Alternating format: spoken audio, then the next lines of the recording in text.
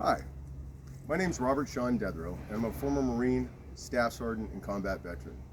I was also a police detective in the Bay Area in California and serviced 8.5 million people. After that, I worked Department of State liaison missions in both Afghanistan and Haiti as an executive administrative advisor.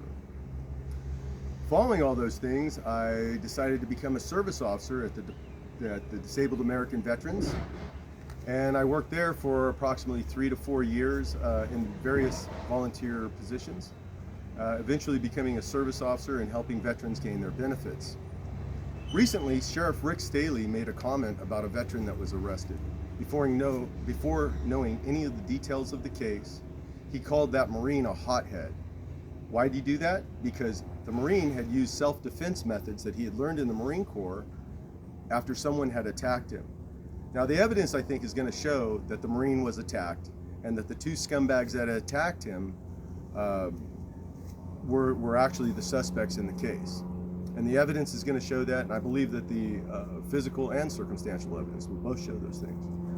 But as we look at this, we absolutely know nothing about the case. I know as much as Rick Staly does. He's been briefed by his detectives, and so have I. I've actually gone out into the community and talked to other people that know that Marine's character, and I've talked to people who may or may not have witnessed the incident. So when we look at that, Sherrif Fredrick Staly made a comment about a hothead, and I know that Sherrif Fredrick Staly has actually killed a man. So if he's not a hothead for killing someone in self-defense, then I don't think that Marine should be judged prior to going to trial. He chose not to make any statements. So because the Marine chose not to make any statements, they can only go based on the evidence that they have and the statements of the two people claiming to be victims. But we also know, once you find out the totality of the circumstance and it's gone to trial, then you can make a statement about it. But what Sherrif Fredrick, his name is Fred, not Rick, so let's actually call him by his name.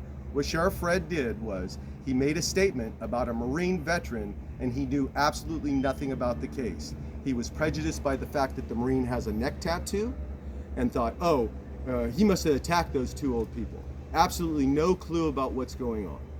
So as far as Sherrif Fred goes, you've already prejudiced the jury and you've tried to prejudice the citizenry against this veteran. You're not a veteran, Rick. You are not a veteran. So you probably shouldn't speak on veterans matters. You can speak on police matters, but how about after they're adjudicated so you don't prejudice a jury against them? You don't know the details of this case. No one does. Why? Because the Marine hasn't made a statement or talked to anyone. So, since we're looking at that, and your detectives weren't able to coerce a confession out of him, what we're probably looking at is self-defense. But your rush to judgment, just like in the coronavirus situation, when I was in the Emergency Operations Center and heard you touting we should arrest people going to the beach and arrest people going to parks. I haven't forgot, Rick. I worked at the EOC and I heard you. So while other counties were starting to release people to go to the parks and to the ocean, you were not doing that. You wanted to stand fast and arrest people. I didn't forget, and I hope there are recordings of those Zoom conversations. Anyways, before we rush to judgment on a veteran, and Rick, Fred, you killed a man. So unless we want to go back and take a look at that and scrutinize what's already been adjudicated, we shouldn't rush to judge on something that hasn't been. So that's all I wanted to say. That's all I know. I have no idea what's going on in the case, but I have as much information as Rick Staly does.